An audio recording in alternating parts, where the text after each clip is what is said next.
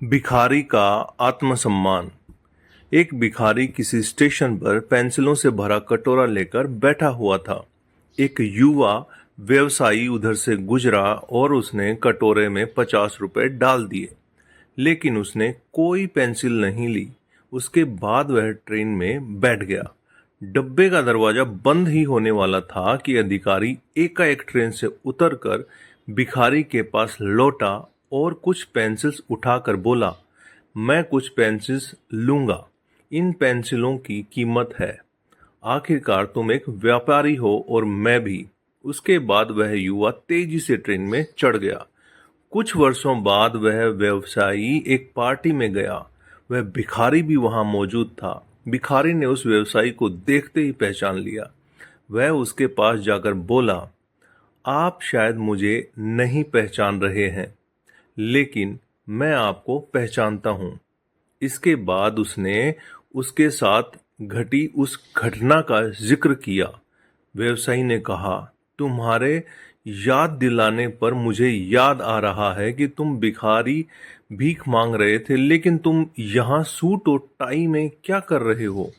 भिखारी ने जवाब दिया, आपको शायद मालूम नहीं है कि आपने मेरे लिए उस दिन क्या किया। मुझे दया दिखाने की बजाय मेरे साथ सम्मान के साथ पेश आए। आपने कटोरे से पेंसिल उठाकर कहा, इसकी कीमत है। आखिरकार तुम भी एक व्यापारी हो और मैं भी। आपके जाने के बाद मैंने बहुत सोचा, मैं यहाँ क्या कर रहा हूँ, मैं भीख क्यों मांग रहा हूँ। मैंने अपनी जिंदगी को संवारने के लिए कुछ अच्छा काम करने का फैसला किया।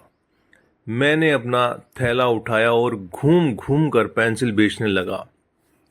फिर धीरे धीरे मेरा व्यापार बढ़ता गया। मैं कॉपी किताब एवं अन्य चीजें भी बेचने लगा। आज पूरे शहर में मैं इन चीजों का सबसे बड़ा थोक विक्रेता हूँ। मुझे मेरा सम्मान लौटाने के लिए मैं आपका तहे दिल से धन्यवाद देता हूँ, क्योंकि उस घटना ने आज मेरा जीवन ही बदल दिया। तो दोस्तों, आप अपने बारे में क्या सोचते हैं? खुद के लिए आप क्या राय स्वयं पर जाहिर करते हैं? क्या आप अपने आप को ठीक तरह से समझ पाते हैं? इन सारी चीजों को ही हम इनडायरेक्ट रूप में आत्मसम्मान कहते हैं। दूसरे लोग हमारे बारे में क्या सोचते हैं, ये बातें उतनी मायने नहीं रखती, या कहें तो कुछ भी मायने नहीं रखती। लेकिन आप अपने बारे में क्या राय जाहिर करते हैं, क्या सोचते हैं, ये बात बहुत ही ज्यादा मायने रखती है। लेकिन एक बात तय है कि हम अपने बारे में जो भी सोचते हैं, उसका एहसास जाने अनजाने में दूसरों को भी करा ही देते हैं। और इसमें कोई भी शक नहीं कि इसी कारण की वजह से दूसरे लोग भी हमारे साथ उसी ढंग से पेश आते हैं।